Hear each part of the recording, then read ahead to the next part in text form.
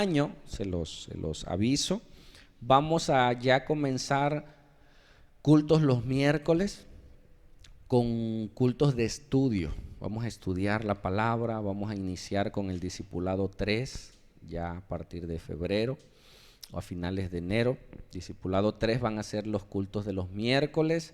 De ahí vamos a tomar un tema que se llama la historia de la iglesia. Está riquísimo, está hermoso todo lo que vamos a aprender. Y de ahí vamos a irnos a teología. Este año va a ser de estudio. Amén, de aprender, de formar la doctrina. Gracias a Dios ya hay iglesia. Primero tienes que hacer discípulos, ¿sí? Tenemos ya un grupo de evangelismos que salimos a evangelizar. Tenemos que formar la doctrina de la iglesia, pero ya hay a quien enseñar, ¿no? Entonces ya hay iglesia y gracias a Dios, Dios nos está maravillando de lo que Dios está haciendo. Amén. Entonces este año va a ser de estudiar la Biblia, sus tiempos, la cronología, hay muchas cosas que aprender y hoy veremos solo un puntito nada más de tanto que hay que aprender. ¿Sale? Nosotros leíamos en la primera iglesia donde yo estuve la Biblia cada año, de Génesis a Apocalipsis, teníamos un control de lectura como el que tenemos acá y al año leíamos toda la Biblia y entregábamos nuestro control de lectura y yo la leí varias veces, toda completa. Pero no sabía quién la había escrito, a quién se la escribía, ¿sí? Por qué se la escribía, ¿sí? Lo que es el contexto y ahora sabemos. Escucha, la Biblia tiene quien la escribe, el autor de un libro, de una carta, tiene a quién se la escribe, amén, y tiene un propósito. Pero ese propósito, por atrás de ese propósito de tiempo de esa época está Dios, ¿sí? Y tuvo un mensaje para esa persona en ese tiempo, ¿sí? Pero tiene un mensaje para el día de hoy, para mí y para ti. ¿Escuchaste? Entonces la Biblia tiene esas dos direcciones. Tú tienes que interpretarla de acuerdo a la época, lo que sucedió, pero en medio de esa historia Dios quería que tú al estudiarla, tú recibieras el mensaje que Dios tiene para ti el día de hoy. Amén. Cada historia tiene un mensaje para ti.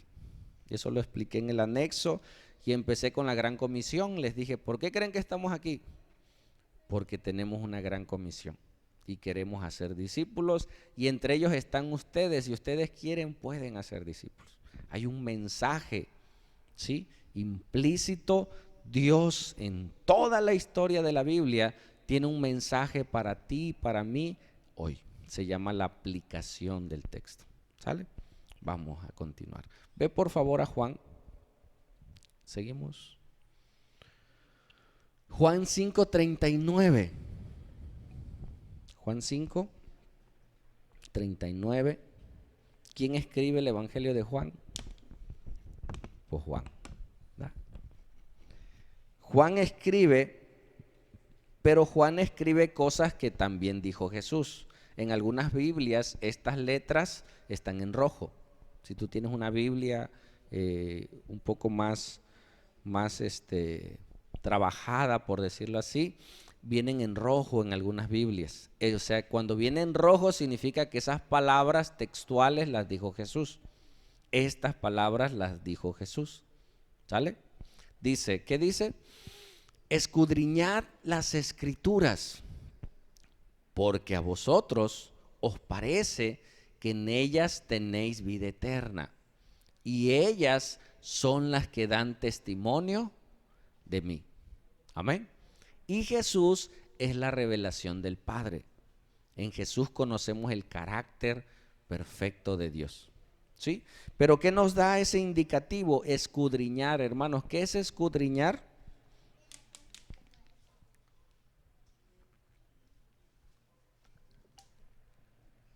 ¿Qué es escudriñar? Buscar, investigar diligentemente. ¿Sí? ¿Te ha pasado en casa? Nos pasa a todos los varones. Ahí está, búscalo, te dice la esposa. Y uno ve, no está. Sí estaba, y ahí quién sabe dónde lo tenía escondido, pero ahí estaba y te lo saca. Mira, ¿por qué? Porque no escudriñaste, no buscaste con detenimiento. Y luego te engañó, no estaba ahí, estaba del otro lado. Ya ves, sí estaba, sí, pero no ahí. Pero esa es otra historia. Nos llama a buscar, ¿sí? Con entendimiento, con entereza. ¿Y de qué escrituras habla, hermanos? ¿De qué escrituras crees que está hablando? De la Biblia, sí, pero la Biblia ya son los 66 libros. Para ese tiempo no estaban los libros del Nuevo Testamento. ¿Sí? El primer libro escrito en el Nuevo Testamento fue por el año 46. Jesús muere en el año 33. Del 33 al 46, ¿cuántos años pasaron? ¿Cuántos? 13 años no hubo libros del Nuevo Testamento, no hubo cartas. Por 13 años no había escritos del Nuevo Testamento. ¿Qué predicaban los apóstoles? Lo que habían vivido con Jesús, su experiencia con Jesús, y tomaban como base las escrituras. ¿Qué escrituras? Las del Antiguo Testamento, ¿sí? Los apóstoles, perdón, los profetas, Moisés, la ley, decía, de esto hablaba Moisés, él era el que iba a venir, lo que dijo de Génesis, que iba a venir de una mujer, esa mujer era María y esta es la simiente, y ellos escudriñaban las escrituras del Antiguo Testamento, ¿sí? Porque ellos sabían, y Jesús les dice, porque a ustedes les parece. Jesús trabaja de esa manera, te dice, si lo haces, puede que lo encuentres. Yo a veces les digo, hermano, no ores mucho porque puedes encontrarte con Dios. ¿Qué te estoy diciendo? Ora, ¿no? No leas tanto porque igual y se te revela algo especial ahí. Ah, no, pues voy a leer. Hay gente así que dice, no lo hagas y lo hace. Jesús les dice, parece, ¿sí? Que en ellas tenéis la vida eterna. ¿Por qué? ¿En las escrituras está la vida eterna? No, está el mensaje de Cristo. Las escrituras nos apuntan a Jesús y Jesús, en Él tenemos vida eterna, en conocer a Jesús, en entregarle nuestra vida. Y dice, y ellas, las escrituras del Antiguo Testamento, son las que dan testimonio de mí. Y si tú sigues la dirección de las escrituras, te encontrarás con Jesús. Amén. La Biblia es cristocéntrica. Si tú lees la Biblia, el problema es que la gente no lee Biblia. Tristemente, en las iglesias no se lee Biblia. Solo se escucha un domingo el culto, pero entre semana no leemos. Tenemos que formar este año el hábito de leer las escrituras. Vamos a, ¿cómo se llama? A dar controles de lecturas el próximo domingo. Vamos a forzarnos en cada grupo que hay de discipulado, de alabanza, que nos estemos cotejando el control. ¿Cómo va, hermano? ¿Está usted leyendo? Motivarnos, hermanos, a leer. Los ujieres, hermana, a ver su control de lectura. Tenemos que motivarnos. Si yo sirvo y no leo, yo no me estoy alimentando, y si no me alimento, ¿cómo voy a tener la fuerza para servir? Estoy sirviendo en mis fuerzas. Amén. Entonces este año es un año de aprender las escrituras y lo hemos estado haciendo. Amén. ¿Seguimos? Dice, ¿o no queréis venir a mí para que tengáis vida? Les está diciendo Jesús. Si ustedes leen las escrituras, se van a encontrar conmigo. Entonces no quieren leer para que no descubran que en mí. Entonces dice, ¿por qué tengo que leer las escrituras? Porque en ellas está la vida eterna. Amén. Es importante. Si a ti te regalaran, te dieran un testamento de una herencia, ¿qué harías? Lo primero que harías es, a ver, ¿y qué me toca a mí? ¿No? Y ver y buscar. Entonces nosotros necesitamos conocer más de las escrituras. Sigue, por favor. La mejor manera de estudiar la Biblia es a través del método inductivo. Entonces, ¿qué es esto? Sí, ya lo hemos sabido, lo hemos dicho muchas veces. El método inductivo es lo que decimos, leo el texto, interpreto el texto y aplico el texto. ¿Sí? En el método inductivo es observo, y hoy para determinar algo científico, la primer puntuación es la observación. Entonces yo tengo que observar el texto. ¿Quién lo dijo? ¿Cuándo lo dijo? ¿Qué estaba sucediendo? Tengo que observar el tiempo y muchas cosas que vamos a aprender, ¿sí? Pero es el método inductivo, ya que te quede eso. Nosotros como iglesia estudiamos de esa manera, a través del método. Hay muchos métodos, el método alegórico, hay varios métodos para estudiarla, pero el más eficaz, ¿cuál es? El método inductivo. Hay gente que lee el texto, ¿sí? Y es un método místico. Ellos leen y dicen, Señor, ¿tú qué me quieres revelar? Y de un pedacito de ese texto, ellos comienzan a indagar en el espíritu, mira mis dedos, qué Dios les quiere decir, y se salen del texto, no ven la historia del texto y empiezan a inventar cosas, ¿sí? Empiezan a buscar cosas que no están en el texto. Amén. Imagínate que alguien esté narrando tu historia, tú estás sentado y estás escuchando algo que tú hiciste y de repente empiezan a decir cosas que tú no hiciste y tú dices, oye, espérame, no. Cada que yo leo la Biblia yo tengo que buscar, tengo que tener en mente que el autor está ahí viéndome, ¿sí? Yo estoy hablando de él, de lo que él dijo, y preocuparme de que sea correcto lo que él dijo. Amén. Entonces el método inductivo es el mejor método de estudiar. ¿Sigue? Que es de observación. ¿Qué más? Interpretación del texto y la aplicación. Y hoy vamos a hacer un ejercicio al final de este tipo de estudio. Tengo que verlo, a quién se lo dijo, por qué se lo dijo, qué estaba pasando en ese momento. Sí, y ese suceso, ¿cómo me sirve a mí hoy? ¿Qué mensaje Dios le dio a esa persona o a ese pueblo? Pero ¿qué mensaje viene para mí hoy? ¿Qué es la aplicación? ¿Sale? Seguimos. El objetivo principal no es que conozcas más de la Biblia, aunque sí tienes que conocer más de la Biblia. O sea, si tú comienzas a estudiar la Biblia, tu objetivo no solamente es conocer la Biblia. ¿Cuál es el objetivo principal? El objetivo principal es ¿qué? Que ames más a Dios. Hay gente que ama la predicación, la escritura, los textos, pero muchas veces no aman a Dios ni lo que Dios ama. Amén. Dios ama las almas. Y si yo solamente me dedico, ahorita que he estado estudiando sobre la historia de la iglesia, veo que muchos de los teólogos de la historia eran evangelistas. O sea, ellos se dedicaban a estudiar, a escudriñar, dejaban una escuela y se iban a evangelizar. Sus últimos días se iban a abrir obras, o sea, porque ellos marcaron la historia teológicamente, interpretaron muy bien, pero entendieron que el propósito no era solamente didáctico, de estudio, sino era para conocer a Dios y darlo a conocer. Amén.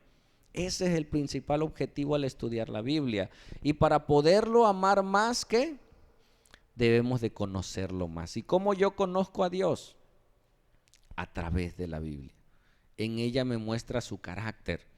En ella me muestra, decía el hermano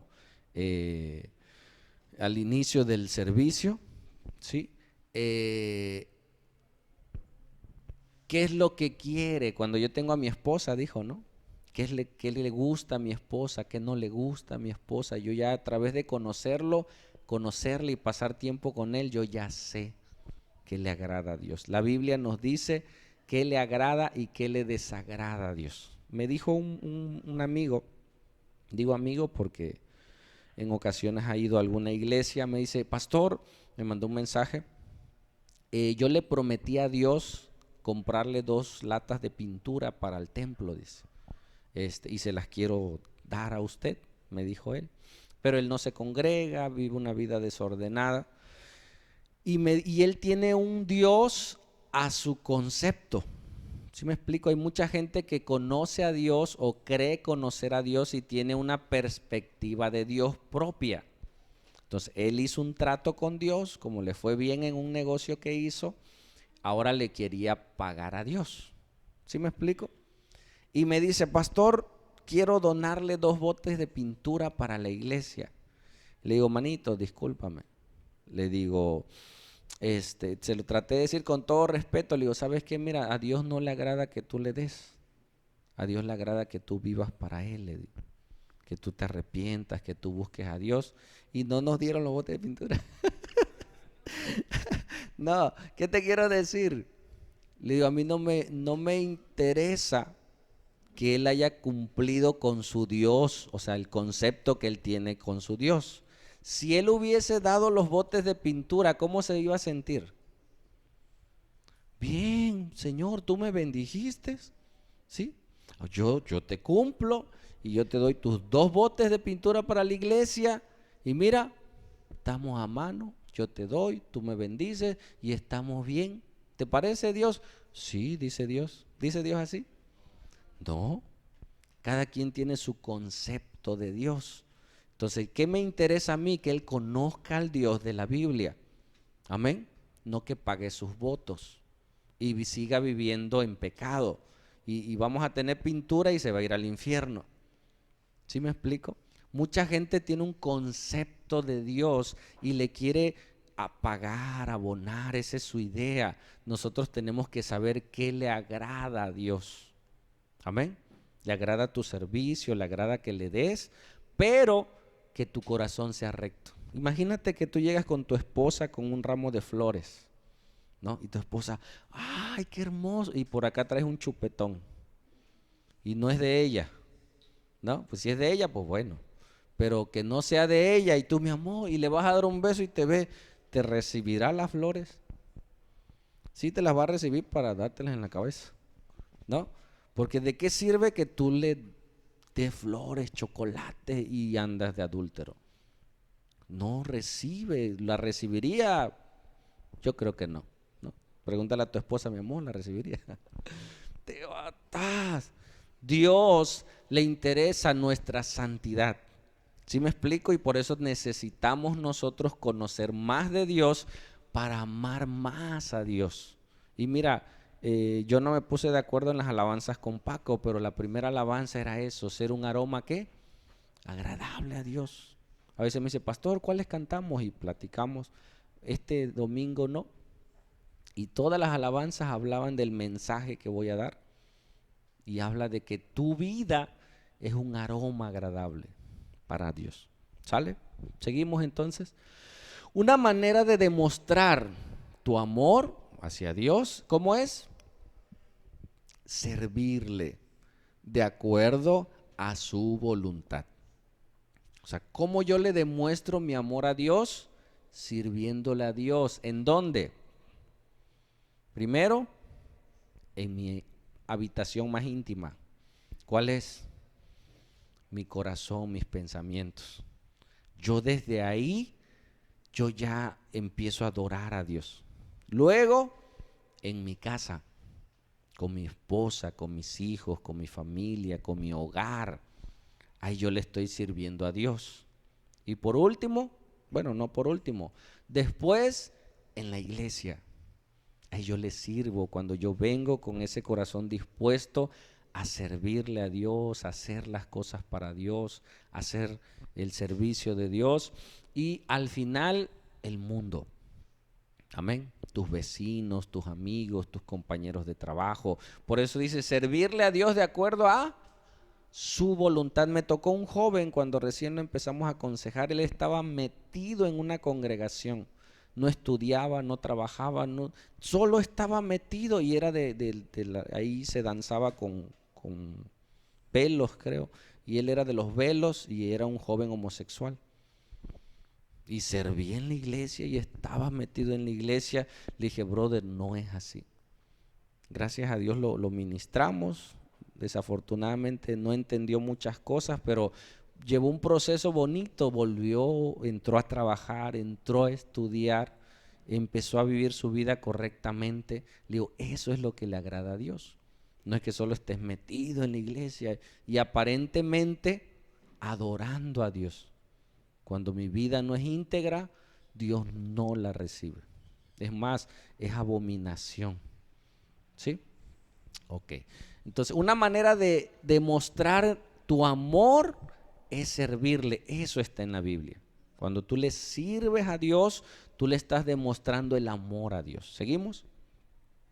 En Juan 14:15, ¿qué dice? Si me amáis, guardar mis mandamientos. ¿Qué es esto? Vivir mis mandamientos, vivir correctamente. Si yo amo a mi esposa, tengo que respetar a mi esposa, ¿sí? Si yo amo a mis hijos, tengo que respetar a mis hijos. Se ve con mi manera de ser si amo o no amo a Dios. Dice un pastor en su libro que había un predicador que tenía una congregación de casi 20 años, ¿sí?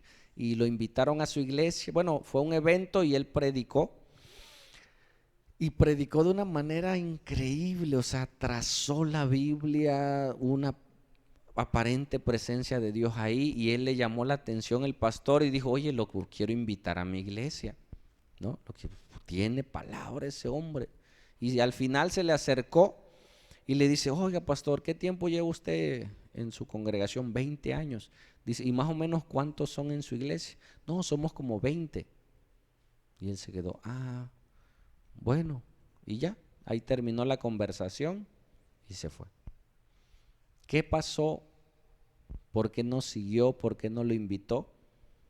Porque muy posiblemente esa persona predicaba, pero no vivía. O sea, una iglesia de 20 años con 20 miembros, no, todo lo sano crece. ¿Sí me explico? Si tú predicas la sana doctrina, va a haber fruto. Sí, a lo mejor no sean los miles, pero ya 20 años ya debería de haber una iglesia. Y hay gente que le gusta la predicación. A mí me decía un hermano, mira, tú ponme a la gente, yo le predico. Le digo, no, tú vete a buscar a la gente. Y gánalas para Cristo y las vas a predicar. Amén. O sea, hay gente que le gusta la predicación, pero no le gusta lo que Dios quiere. Dice, si me amas, guardas mis mandamientos. Y mi deseo es que en la iglesia tengamos esos departamentos, hermanos que tienen esa pasión por las almas, el departamento de evangelismo, y todos tenemos que evangelizar, ¿sí? Pero irnos capacitando, salir, predicar, hacer la obra del Señor. Y vamos a tener nuestro departamento de estudio bíblico, y no puedes tú meter a un estudio de teología o a un recién convertido que viene con problemas. Sí lo debes de meter, pero tienes que darle primero el ABC. Amén. Va a ir aprendiendo, va a ir restaurando su vida. Trae tantos problemas y le empiezas a hablar de cosas que tienes que pastorearlos. Por eso queda el pastor, el maestro y el evangelista. Apóstoles y profetas ya hicieron su trabajo, ya dejaron el fundamento. Amén. Ahora, ¿qué quedan? Evangelistas, pastores y maestros. Y en ese orden. Lo evangelizas, lo pastoreas, lo cuidas. Viene la oveja toda chancluda, toda sucia. El pastor le empieza a ayudar a ordenar su vida. Y después, ya que ya ordenó, entra al discipulado. Amén. Entra, porque ese es ¿cómo se dice? Ese es el orden, vamos a decirlo así, ¿sí? Lo evangelizas, lo pastoreas y lo capacitas. Evangelizar, establecer, entrenar y enviar para que esa persona descubra su llamado. ¿Sale? Seguimos. Estudiar la Biblia es un medio, no es el fin. Amén. La Biblia es el medio para yo de conocer a Dios, para yo saber las enseñanzas y darlas a conocer. Es un medio, ¿sí? Dios lo dejó, es la palabra de Dios. ¿Sigue? ¿Cuál es el gran mandamiento? ¿Qué dice la Biblia? Hoy aprenderemos algo. ¿Cuál es el gran mandamiento de Dios? En Mateo 22, vea tu Biblia, por favor. Mateo 22, lo sabemos.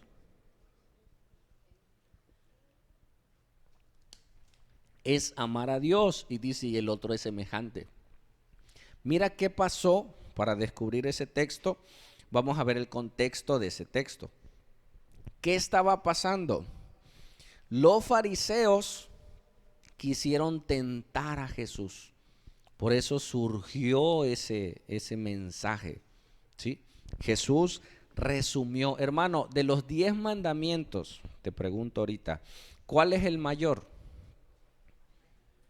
De los 10 mandamientos. Ese no está en los 10 mandamientos. Bueno, amarás como resumido. Jesús resumió. Los primeros 3 es: no tendrás dioses ajenos, no te inclinarás a ellos, ¿sí? ¿Qué más? ¿Cuáles son? No matarás, no te harás imagen. Va implícito amar a Dios, pero ellos quisieron poner el catálogo de los 10 para tentarle. Y si Jesús decía uno de ellos, le iba a decir, o sea, ¿y los papás? ¿No? O sea, no honrar a tus padres. O si Jesús decía honrar a los padres, se metía en problemas. Él no dijo ninguno de los 10, ¿sí?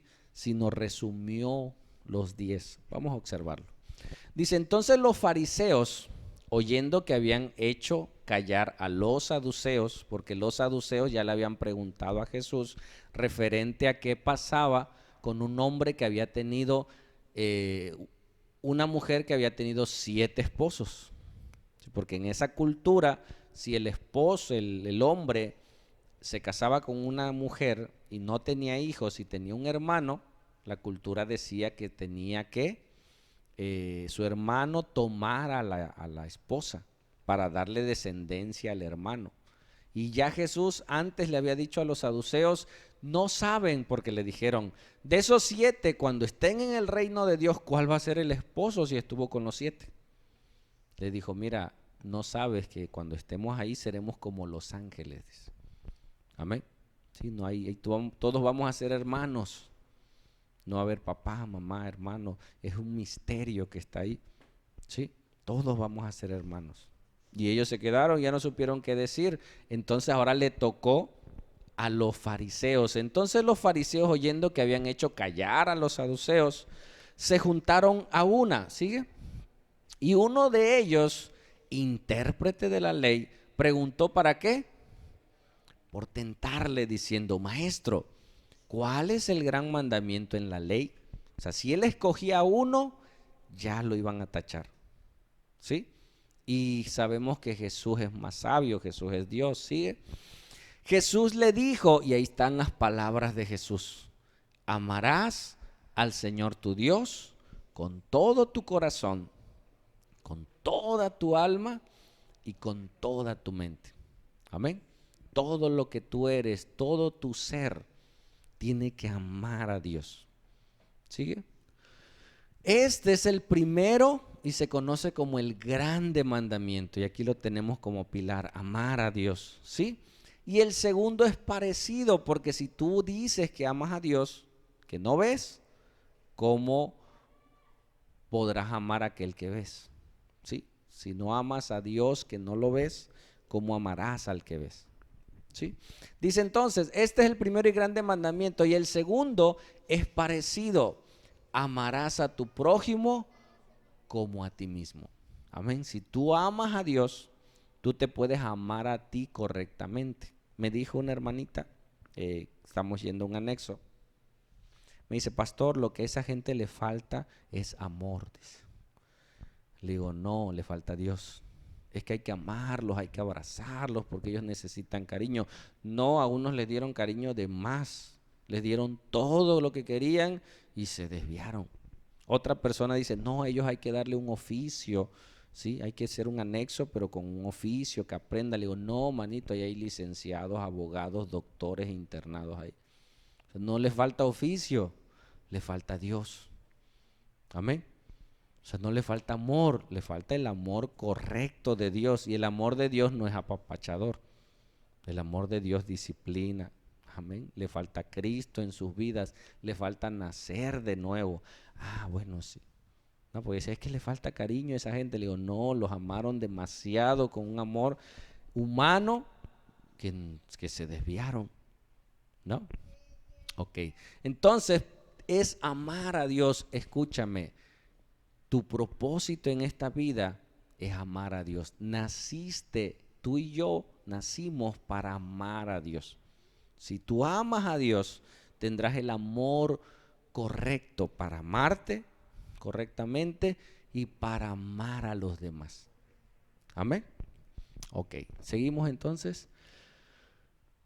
De estos dos mandamientos depende una parte de la ley, ¿así dice? Toda la ley. En la ley hay 613 mandamientos, mandamientos ceremoniales, mandamientos civiles, mandamientos sanitarios, ¿sí? Los mandamientos morales. De todos ellos, dice, depende toda la ley y todo lo que dijeron los profetas. Si tú amas a Dios, hay gente que no sabe mucha Biblia porque no puede leer o porque no ha tenido el tiempo, pero pasa tiempo con Dios, está en comunión con Dios y su vida, su carácter, ¿sí?, se ve. Amén. Su vida, su manera de ser de esa persona muestra a Dios en su diario vivir. Entonces, el amar a Dios, nuestro principal propósito es que la gente entienda que necesita amar a Dios. ¿Escuchaste? Necesita encontrarse con su Creador y disfrutar de ese amor, entonces lo va a poder compartir a los demás. ¿Seguimos entonces? Esa misma palabra está en Deuteronomio 6:5. Dice, y amarás a Jehová tu Dios de todo tu corazón y de toda tu alma y con todas tus fuerzas. ¿Sí? Ya no dice en tu mente, pero dice con todas tus fuerzas. Dediquémonos a amar a Dios. Deuteronomio se conoce como la segunda ley. Este libro de Deuteronomio fue dicho más para aquellos que cuando ya iban llegando a la tierra prometida, muchos ya habían quedado, de los adultos habían muerto. Entonces había una nueva generación que no conocía la ley y se volvió a escribir la ley para que ellos conocieran al Señor, ¿sí? Y a veces hay un problema en nosotros, que Dios nos rescató a nosotros, pero a veces no sabemos cómo transmitirlo a nuestros hijos. Y el papá que era malo se convierte, y los hijos, en vez que sigan esa línea, se pierden. Tenemos que ser sabios en cómo guiar a nuestros hijos y que nuestras generaciones no se pierdan. ¿Sale? ¿Seguimos? Entonces Jesús le dijo en otro texto, le dice, vete Satanás, porque escrito está, al Señor ¿qué? Tu Dios amarás. ¿Sí? Y ocupa el término adorar. Demostrarle mi amor a Dios en adoración. Y va la otra connotación. Y a Él solo servirá. Satanás quería que le sirvieran a Él. Dice, todo esto te daré si postrado me adorares. Y Jesús con la palabra le dice, escrito está, vete Satanás, al Señor tu Dios adorarás y a Él solo servirás. Amén. Tú puedes servir sin amar a Dios, pero no puedes amar a Dios sin servir. ¿Escuchaste? Tú puedes servir en algo o aún en la iglesia sin amar a Dios, o sea, servir en tus fuerzas, pero no se puede que tú ames a Dios y que no sirvas. Si tú amas, brota. ¿Sí me explico? Brota el servir, el hacer, porque en ese amor te llena y tú quieres darlo. ¿Sale? Seguimos. Estudiar la Biblia es un medio indispensable para amar y servir a Dios. ¿Por qué? Porque ahí descubrimos cómo debemos de amar a Dios. Antes se hacían sacrificios, hoy tenemos que hacer sacrificios de animales. Ya no. Lo hacen hoy los brujos que sacrifican pollos y hacen cosas todavía. Ya tenemos, a través de la Biblia entendemos que el único sacrificio es Cristo. Ya no necesitamos hacer otro sacrificio. Y hay gente que en su ignorancia los lazan. Llegó una hermanita, una congregación, ahí se acostumbra a diezmar. Y cuidado y no diezmas. Y un día ella no diezmó, ¿sí? Nos los platicaba. Y dice, ¿sabe qué? yo me gasté, agarré del diezmo, pero yo me sentía mal, dice, yo me sentía mal. Y fui con el pastor. Le dije, pastor, ¿sabe qué? Estando en pecado. Le digo, ¿qué pasó, hija? Lo que pasa que yo esta quincena le robé al diezmo, dice, le robé a Dios. ¿Cómo, hermana? No, no, no, no, usted está mal, dice. Pues no sé cómo le hace. Usted consigue el dinero para completar el diezmo, pero aparte usted tiene que dar una remisión, se llama eso. Tiene usted que remitir por ese pecado. O sea, pagar aparte, o sea, cumplir tu diezmo y pagar en remisión, o sea, como pago de ese pecado, dar una ofrenda especial para que Dios la reciba. Y ahí fue la pobre hermana a conseguir dinero, quién sabe con quién, para completar su diezmo y para remitir ese pecado. ¿Qué estaba haciendo? Estaba haciendo una herejía. Nadie ni nada puede remitir nuestros pecados. Eso que ella hizo, guiada por ese pastor, estaba haciendo una blasfemia delante de Dios. O sea, yo pago para que mi pecado sea perdonado, cuando Cristo ya pagó. ¿Sí te das cuenta? O sea, en ignorancia Dios lo está viendo diciendo, ay, mujer, o sea, no, esa es ignorancia. Y al pastor lo está viendo diciendo, ah, hombre, canijo, ¿no? O sea, se aprovechan. Y más en estas fechas que viene empezando el año, te dicen, hermano, son 12 meses del año. Usted debe traer 12 semillas para que Dios los bendiga cada mes. Y ocupan la astucia, eso se llama brujería, ¿no? Ocupan la brujería mezclada con espiritualidad para robarte. ¿Dónde dice eso en la Biblia? No está. Amén. Si tú das una ofrenda de amor, una ofrenda especial, tú eres movido a dar, a veces tú no quieres, tú entiendes tu responsabilidad de dar. Y a veces aunque no te nazca dar, no, pero tú ya sabes que tienes que dar y tú apartas. Y como tú ya apartaste, tú lo das. Una hermana dice, hermano, yo tengo una tienda, mi primer venta es para Dios. Todos los días mi primer venta es para Dios. Y yo lo voy guardando, dice. Y ya el domingo ya agarro, a veces ni veo cuánto es, dice. Mi primer venta y la echo ahí, y la echo, y la echo. Ya cuando viene el día de culto, agarro ese montoncito y lo doy. Yo propuse en mi corazón dar de esa manera, dice. Digo, ah, perfecto. Amén. Me dice otra hermana, me dice, pastor, yo quiero diezmar. Le digo, ¿cómo? Ya entendí, me dice, que el diezmo no es para nosotros, que es del pueblo judío. Le expliqué, dice, pero yo quiero dar el 10%. Adelante, si ya lo entendiste y quieres darlo, adelante. Es un patrón que tú tienes que tomar para dar, ¿sí? Y es en adoración a Dios y es tú y Dios, ¿sí? Ok, entonces en la Biblia encontramos cómo amo a Dios y cómo sirvo a Dios de una manera correcta. Amén. Si tú no diezmas, fíjate, a nosotros nos pasó hablando de ese tema, que tú tenías que sembrar. Cuando nosotros salimos de un movimiento así, traíamos el chip de sembrar. Y si tú siembras, ¿qué esperas? Una cosecha, ¿no? Entonces Dios nos empezó a mostrar que no es así. Si tú siembras dinero, no vas a recoger dinero. La semilla del dinero es el trabajo. Si tú trabajas, vas a obtener dinero. Vimos una familia en necesidad y Dios puso darles una despensa y juntamos con mi esposo una despensa y íbamos a llevársela o se la llevábamos en el camino y le decía a mi esposa, vamos a sembrar con esta familia. Y enseguida el Espíritu Santo le digo, no, no vamos a sembrar, vamos a dar sin esperar. O sea, vamos a dar una ofrenda a esa familia. Y gracias a Dios ni estaba la señora, estaba su hijo, se la dimos a su hijo y ya.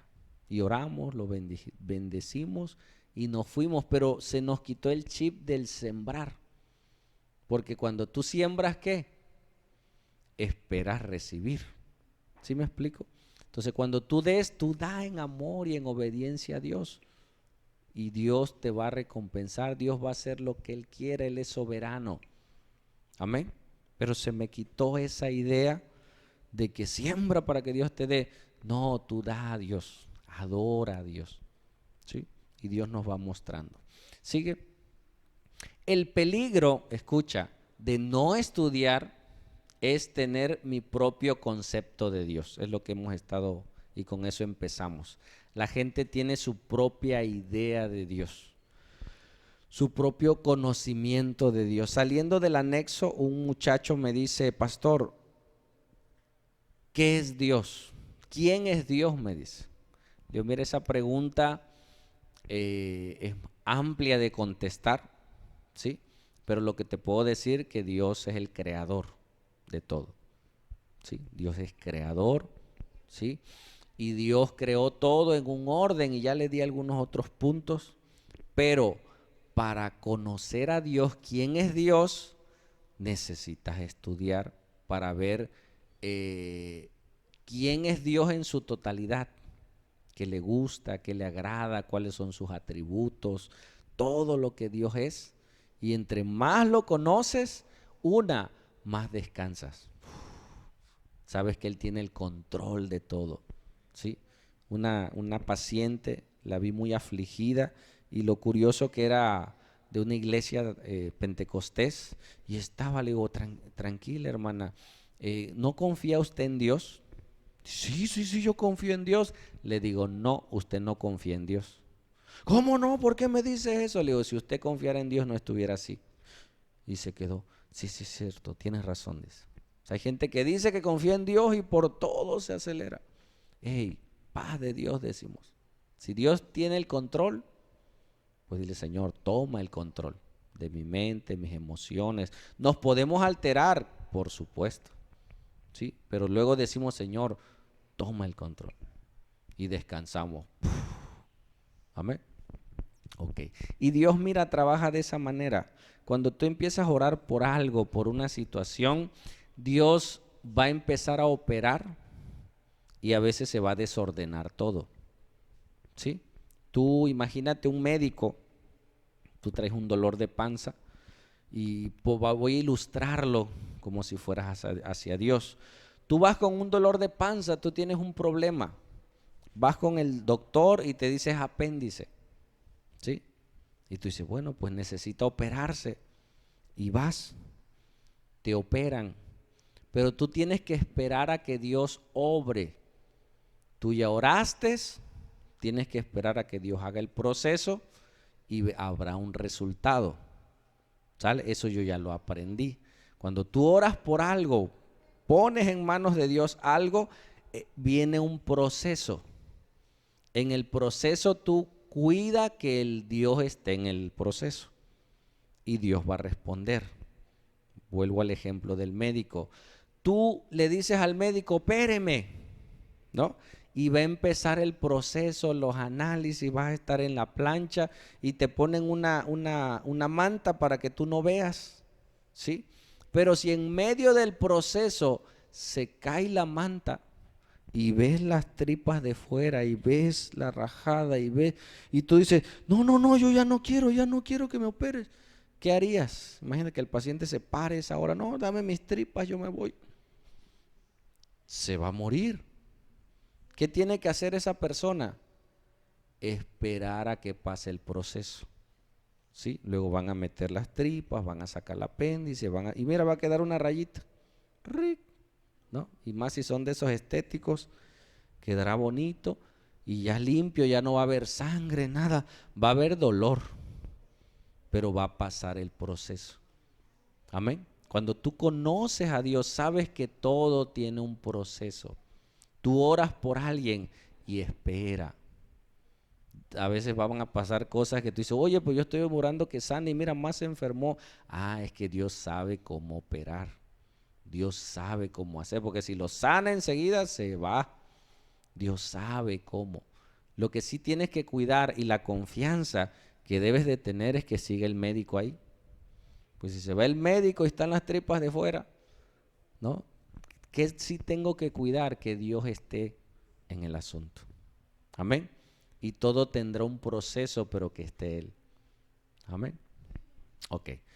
Entonces el peligro de no estudiar la Biblia correctamente es generar mi propio concepto de Dios. La gente no conoce a Dios. Hoy el humanismo, ¿sabes por qué surgió el humanismo?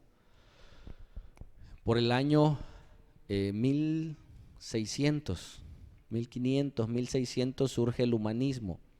¿Por qué? ¿Saben por qué surgió el humanismo? La gente solamente tenía un concepto de Dios, de la creación de Dios. Dios tenía el control. Dios era el centro de todo. Los que tenían el mensaje de Dios, que era la iglesia, eran peores que los que no tenían a Dios.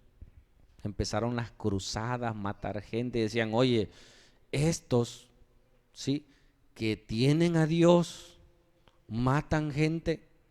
No, pues yo no quiero a ese Dios, ¿sí? Y la gente comenzó a decir, yo puedo vivir sin Dios. Yo tengo mi propio concepto de Dios. Y se hizo un lado a Dios y se puso al hombre como el centro de la vida.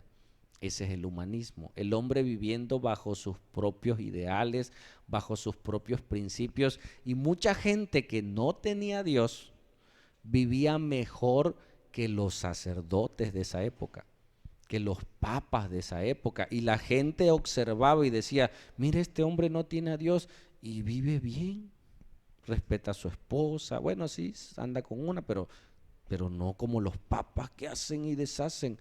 Y el humanismo comenzó a tomar fuerza. Entonces todo eso al día de hoy, 2023, el mundo, ¿sí?, está inmerso de humanismo. Sacaron a Dios de las escuelas, ya no se habla de Dios en las escuelas. Entonces el humanismo surgió y hoy peleamos con eso. Que la gente dice, no, yo no, yo sí creo en Dios, pero como yo quiero, como yo creo. Entonces leer la Biblia nos va a mostrar al Dios verdadero. Amén. Seguimos. Mira, ve a Isaías, ve a tu Biblia y aquí vamos a hacer el ejercicio que te decía. En Isaías 1:10, este pasaje fue escrito hacia Sodoma, ¿sí?, y al pueblo de Israel que se encontraba ahí, ¿sí? Pero quiero que lo veas en tu Biblia. Tiene a quién se lo escribe, tiene por qué se lo escribe, ¿sí? Y vamos a descubrir la aplicación y vamos a ver el concepto de Dios. La religión en esa época se hizo rutina. La gente dejó a Dios y tomó la religión, tomó el conjunto de rituales que se hacían, pero sin Dios. Hay gente que hoy va a una misa, hace un culto y después va y se va a tomar, ¿no? Se ha visto, no sé si has visto gente que celebra un santo y la fiesta termina en borrachera. Y tú dices, ¿y el santo? ¿No? ¿Dónde quedó? Si se supone que era para agradar al santo, ahora terminaron mal porque no conocen a Dios. ¿Sale? Vamos entonces. Isaías 1:10 les dice, príncipe de Sodoma, oíd la palabra de Jehová. Porque Isaías había recibido la palabra de Jehová. Isaías sabía que esa palabra era para ellos, pero Isaías no sabía que esa palabra hoy se iba a hablar. Pero Dios, ¿qué? Dios sí sabía. ¿Escuchaste? Por eso va hacia una época, pero sigue estando viva la palabra. Dice entonces, oíd palabra de Jehová, escuchad la ley de vuestro Dios. Pueblo de Gomorra, sigo. ¿Para qué me sirve, dice Jehová, la multitud de vuestros sacrificios? Hermano, ¿a Dios le agradan los sacrificios? Sí. Sí, Dios le agrada que tú sacrifiques tu vida, ¿sí?, tus pasiones las sacrifiques a Cristo. Y en esa época se hacían sacrificios de animales, porque todavía no estaba Cristo. Pero ellos hacían sacrificios y vivían de una manera terrible. Dice, ¿para qué sirve, dice Jehová, la multitud de sacrificios? Y mira lo que dice con molestia: hastiado estoy de holocaustos, de carneros que sacrificaban los carneros, y de cebo de animales gordos. No quiero sangre de bueyes, ni de ovejas, ni de machos cabríos. No quiero que anden matando animales por matarlos sin entender el significado. ¿Qué era el matar a un animal? Tomarlo como un sustituto de mi pecado. ¿Sí me explico? O sea, por mi pecado yo tenía que morir. Entonces, como yo no quería morir, yo tomaba un sustituto. Tomaba un macho cabrío, tomaba un buey, le transmitía mis pecados, ¿sí? Y ese animal moría por mis pecados para que yo ya estuviera bien delante de Dios y no siguiera pecando. Ese era el objetivo del sacrificio. Entonces ellos mataban al animal y seguían pecando. Entonces, ¿de qué sirve que los anden matando si ustedes siguen en pecado? ¿Me explico? ¿Sigue? ¿Quién demanda esto de vuestras manos cuando venís a presentaros delante de mí para hollar mis atrios? Pregunta, hermanos. ¿Quién demandaba los sacrificios? Los sacerdotes, sí. Pero ¿quién le dijo a los sacerdotes que se tenía que hacer los sacrificios? Dios mismo. Amén. Pero les dice, ¿quién demanda esto de vuestras manos? O sea, ¿quién les dijo que lo hicieran? Pues tú, Dios. Cuando venís a presentaros delante de mí para hollar mis atrios, ¿sí?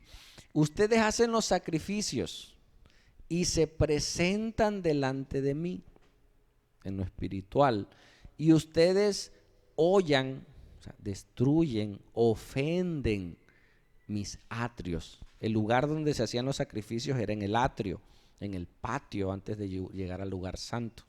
Ustedes ofenden con eso. En vez de que sea agradable, es ofensivo para mí, dice. ¿Quién les demandó hacerlo? Dios les demandó hacerlo, pero de manera correcta. ¿Sigo? No me traigas más vana ofrenda. El incienso me es ¿qué? Abominación. Es lo que te decía. Tú le regalas un perfume costoso a tu esposa y acaba de hackear los mensajes que le tiraste a otra muchacha, que también le regalaste uno más caro todavía a la otra, y llegó la factura y dice, y ese perfume tan bonito, no, me asquía. ¿Sí? Dice, el incienso me es abominación, luna nueva y días de reposo. Ellos guardaban el sabbat, ¿sí? El convocar asambleas, no lo puedo sufrir. O sea, que se reúnen, convoquen asambleas para hablar de mí y no lo hagan. Son iniquidad vuestras fiestas que deberían de ser solemnes, ¿sí? Eran fiestas paganas disfrazadas de religiosidad. ¿Sigue? Vuestras lunas nuevas y vuestras fiestas solemnes las tienen aborrecidas mi alma. Me son gravosas. Cansado estoy de soportarlas. Imagínate cómo estaba Dios con el pueblo. Estaba ya fastidiado de ver, y lo peor, que lo hacían para Dios supuestamente. ¿Sí? ¿Sigue? Cuando extendáis vuestras manos, les dice Dios, yo esconderé de vosotros mis ojos. ¿Para qué extendían sus manos?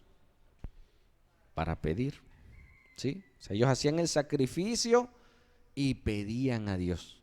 Dice, cuando ustedes extiendan sus manos, yo voy a voltear mis ojos. ¿Sí? O sea, no lo recibo. Asimismo, cuando multiplique su oración y le pidas a Dios, yo no iré. Llenas están de sangre vuestras manos. Imagínate, ese es el Dios de la Biblia. A Dios no le interesa tanto tu ofrenda. Cuando Caín dice que vio su ofrenda y vio a Caín, tu ofrenda va implícita a tu vida.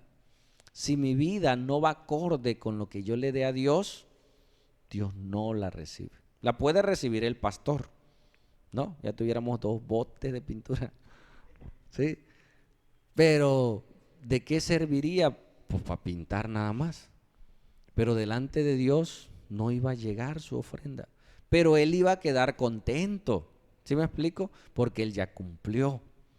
Y nuestro objetivo no es que la gente se vaya contenta. Nuestro objetivo es que la gente conozca a Dios. Que este año tú y yo conozcamos a Dios. Lo que pasó el año pasado, pues ya no podemos hacer nada. Si tenemos pecados del pasado, ya terminó el año, ¿no? 2022, ayer, 2023, ¿ya quedaron atrás mis pecados? Si me arrepentí, sí. Pero si yo no me he arrepentido de mis pecados que cometí, yo me los traigo al 23. ¿Sí me explico?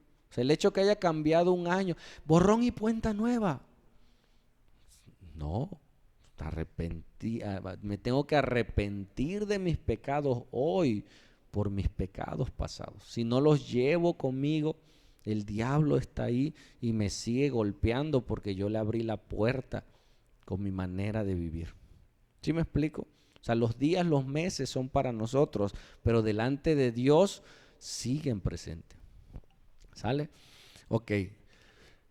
Sigue. Lavaos. Ya Dios les dice, ¿saben qué? Lo que ustedes hacen es tan mal. Estoy harto, estoy hastiado. Y les dice qué hacer. Lavaos y limpiaos. Porque dice que sus manos están llenas de sangre. Los que sacrificaban, pues sí. Pero estaba hablando en lo espiritual. Dice, lavaos y limpiaos, quitad la iniquidad de vuestras obras de delante de mis ojos. Dejad de hacer lo malo. Amén. ¿Y dónde ve Dios nuestras obras? Desde mi corazón, ¿sí? O sea, yo puedo tener rencor hacia alguien y ya estoy pecando. Yo puedo estar codiciando a una persona, una mujer, yo siendo varón o mujer codiciando a un hombre, y eso lo ve en los ojos de Dios. No lo ve mi esposa, no lo ven mis hijos, pero Dios sí lo ve. ¿Sí? Dice, quitad la iniquidad de vuestras obras de delante de mis ojos, dejad de hacer lo malo. ¿Sigue? Aprended a hacer el bien, porque el bien no es algo natural, es algo sobrenatural. Aprended a hacer el bien y dice, buscad el juicio, restituid al agraviado, al que ustedes ofendieron, al que ustedes le robaron, al que ustedes le deben, le dicen, páguenle. ¿Sí? O sea, vienen aquí con la ofrenda, dice, le está diciendo al pueblo de Israel, vienen y hacen sacrificio y no restituyen. Mejor, ¿sabes qué? Vende el cordero y págale, por poner un ejemplo. Restituid al agraviado, haced justicia al huérfano. ¿Qué les estaba diciendo? Que eran injustos con los huérfanos. Amparad a la viuda. Vienen a traerme ofrenda y ven a alguien en necesidad y no le dan. ¿Sí? Venid luego, dice Jehová, y estemos a cuenta. Si vuestros pecados fueren como la grana, o sea, una fruta que tiene muchas semillas, son muchos pecados. Dice, si vuestros pecados fueren como la grana, como la nieve serán emblanquecidos. Si fueren rojos como el carmesí, vendrán a ser como blanca lana. ¿Cuántos lo creen? ¿Sí? ¿Sí? Si quisiereis, ¿y qué? Y oyereis. Ese oír es poner por obra. ¿Sí? Comeréis el bien de la tierra. Pero Dios les dice, les da el consejo y al final les dice, si quieres. Amén. Tus ofrendas no las voy a recibir. Arréglate con Dios, ordena tu vida y si quieres oír, ponerla por obra, entonces comeréis el bien de la tierra. Te irá bien, tu vida estará con el Señor, su cobertura estará sobre ti. Amén. ¿Sí? Si no quisiereis y fuereis rebelde, seréis consumidos a espada, porque la boca de Jehová lo ha dicho. Y este es un decreto de Dios. Cuando Dios ya decretó algo, se cumplirá. Si yo sigo en pecado, el juicio viene sobre mí. Yo les he dicho, un día Dios destruirá el pecado. Si yo estoy bajo pecado, la destrucción vendrá. ¿Yo qué tengo que hacer? Salir del pecado. Amén. Y ayudar a la gente a hacerlo. ¿Sigue? Con el método inductivo puedo descubrir el mensaje que Dios le dio a la persona en ese momento. ¿Para quién era, hermanos? Para el pueblo de Israel, de Sodoma y de Gomorra. Los compara con ellos. ¿Sí? Para ellos era el mensaje. ¿Sigue? Pero a través de su Espíritu Santo me he revelado el mensaje que Dios tiene para mí hoy. Eso Dios se lo dijo hace 700 años. El libro de Isaías fue escrito en el año 700, 600 y tanto. Redundamos al 700 años antes de Cristo. ¿Sí?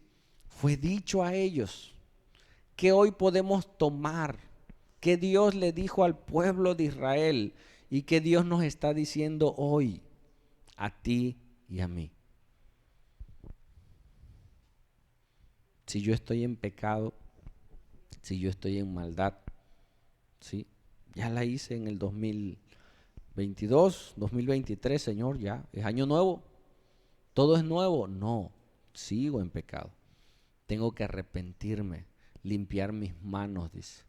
Limpiar lo que Dios ve, y Dios ve todo. ¿Sí? Y vengan, dice, y pónganse a cuentas. ¿Sí? ¿Qué dice Dios para nosotros? Lo dice para ellos, pero esta frase es para nosotros. Venid luego, dice Jehová, ¿y qué? Y estemos a cuenta. ¿Tendrás alguna deuda con Dios? ¿Algún pecado? ¿Sí? Hay pecados de omisión. El no predicar el evangelio es un pecado.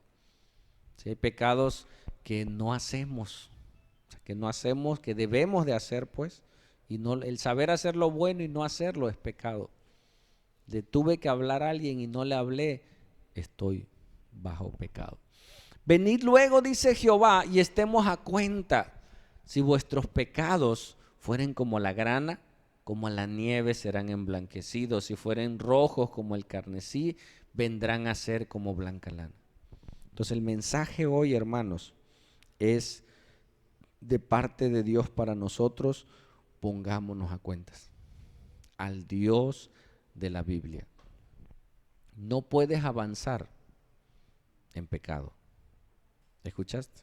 Los grupos de AA dicen que el alcoholismo es una enfermedad que necesita tratamiento. La Biblia nos enseña que es un pecado. Amén. Todo pecado va a crecer. Lo hemos aprendido. Y todo pecado atraerá otro pecado. Siempre. Si yo estoy en pecado, mi pecado no se va a quedar chiquito. Mi pecado va a crecer y me va a nublar la vista. Hay gente que peca poquito. Dice, no, hombre, no pasa nada. Te va a rebasar. ¿Sí? Y ya cuando te rebasa, dice, ay, Señor, pero cuando el pecado es pequeño, decimos, ay, no pasa nada. Lo minimizamos. O sea, el potencial que tiene ese pequeño pecado es terrible. O sea, se va a agrandar y va a destruir tu vida, tu familia, tu relación con Dios, todo. Entonces Dios nos llama ¿a qué? A estar a cuentas, a salir del pecado, a vivir en santidad. Eso le agrada a Dios, al Dios de la Biblia. A Dios no le agrada tanto cuanto pueda dar. Si yo lo doy de corazón y estoy bien con Dios, Dios lo recibe. Si no, no lo recibe. Y eso en muchos púlpitos no lo dicen.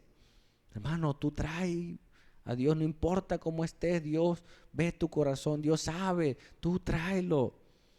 No, tráelo, pero en santidad, que sepas para quién es. Amén. Y Dios recibe, ve nuestra ofrenda y ve nuestro corazón. Y si tu corazón está en Dios, tú das. Dice que tú puedes dar sin amar, pero no puedes amar sin dar. Tú amas, tú das, y no estoy hablando de dinero solamente. das a Dios el servicio. Amén. Vamos a orar.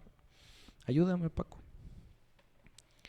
Ponemos la primera que entonamos para ministrar, para adorar al Señor. Y este nuevo año, hermanos, vamos a aprender. Hay muchas cosas que pudiéramos decir en una clase, pero es imposible en una sola exposición. Pero ¿cuál es el mensaje? Número 1, estudiemos la Biblia. Amén. Vamos a estudiar la Biblia, vamos a esforzarnos, hermanos. Este año, si es clase miércoles o sábado, para los que no puedan venir en miércoles, yo eso lo voy a planificar. Esfuérzate en venir. O sea, lo que vayamos a aprender, lo aprendamos todos como iglesia y todos vayamos en esa línea. Va a ser un año de mucho aprendizaje, pero también un año de ponernos a cuentas con Dios. Y hoy el Señor te dice, empieza bien tu año.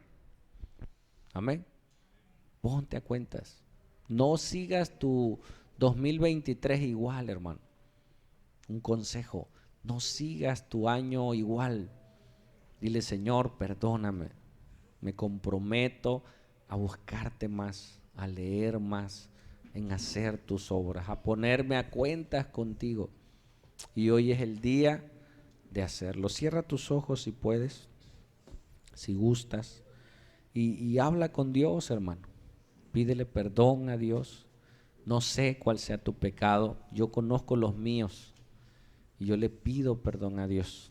No sé si has sido áspero o áspera con tu esposo. No sé si has sido áspero con tus hijos. Empieza a analizar tu casa. ¿Cómo ha sido tu casa? Tal vez no ha sido áspero, pero no ha sido tampoco cariñoso. ¿Sí? A lo mejor no la golpeas, a lo mejor no, pero tampoco ha sido cariñoso. No le has expresado tu afecto, no le has reconocido las cosas. O a tus hijos no le has reconocido su esfuerzo, su trabajo. Padre, hoy tú nos dices, ven y pongámonos a cuentas. Ya sabemos que tenemos que estudiar, pero no podemos avanzar si estamos en pecado. Padre, perdónanos como iglesia. Perdónanos, Señor Dios. Gracias porque hoy pudimos poner en primer lugar a ti, Señor Dios. A pesar del cansancio, del desvelo, tal vez de algunos, se esforzaron en venir. Tú sabrás por qué otros más no pudieron o no quisieron. Pero los que estamos aquí, Señor, queremos agradarte. Queremos que este nuevo año, Señor, cada día que tú nos regales, sea conforme a tus planes, sea conforme a tus propósitos. Pero no podré avanzar si estoy en pecado. Perdóname. Pídele perdón, iglesia, por algún pecado. Y si no recuerdas alguno, dile, Espíritu Santo, muéstrame. Recuérdame si estoy en pecado, si he hecho lo malo, si le debes a alguien, si no has restituido las cosas que hiciste en el pasado. Ve y ponte a cuentas. Te platico algo. Yo le debía una utilería, así se llama, un equipo de fútbol americano a un señor. Cuando yo me convertí al Señor, yo me dediqué a restaurar. Y esa persona vivía en la petrolera. Fui a la petrolera. No encontré, es más, ese equipo me lo robaron, pero yo dije, yo tengo que ir y restituir. Y fui y di la cara, pero la familia que estaba ahí ya no vivía, a la persona que le debía. Y yo ahí le dije, Señor, perdóname. Ahora no sé cómo pagarle, pero yo te pido perdón. Y si me lo encuentro o hago algo, pueda restituir. Mira, en ese momento fue algo sobrenatural. Vino un aire como que me perseguía y se fue. Y ahí pude percibir que Dios trajo perdón a mi vida. Y a lo mejor nunca sientas aire, no sientas nada, pero quítale las armas al enemigo. Quítale las armas, que no tenga manera de acusarte delante de Dios y delante de las personas. Señor, este año queremos ser agradables a ti, ser perfume agradable a ti, Señor Dios, que nuestras vidas se agraden. Lo que ya hiciste no lo puedes cambiar, pero sí te puedes arrepentir y decirle: Señor, perdóname y límpiame. Gracias, Señor, por tu amor, por tu misericordia y por tu bondad. Y en medio de esta alabanza, tú le adores al Señor.